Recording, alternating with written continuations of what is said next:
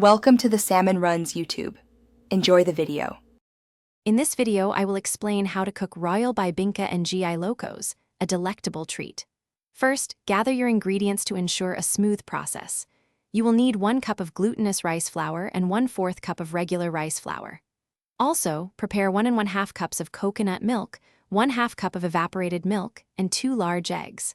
Finally, have 1/2 cup of sugar, 1/4 cup of melted butter, and 1/4 teaspoon of salt ready. Start by sifting together the glutinous rice flour, regular rice flour, and sugar into a large bowl. In a separate bowl, whisk the coconut milk, evaporated milk, eggs, melted butter, and salt until they are fully combined. Slowly pour the wet ingredients into the dry mixture, stirring gently with a whisk or spoon. Continue mixing until you achieve a smooth, lump-free batter, which is essential for a great bibingka. Preheat your oven to 350 degrees Fahrenheit, ensuring it reaches the correct temperature.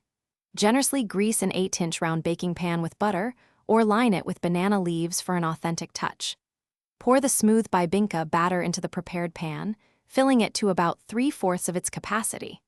Bake for approximately 45 to 55 minutes, or until the top is golden brown and a toothpick inserted into the center comes out clean.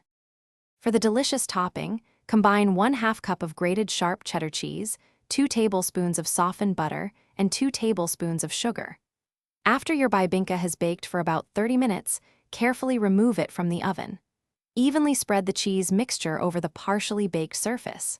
Return the pan to the oven for another 5 to 10 minutes, allowing the cheese to melt and the topping to beautifully caramelize. Thanks for watching. Consider subscribing if we helped you.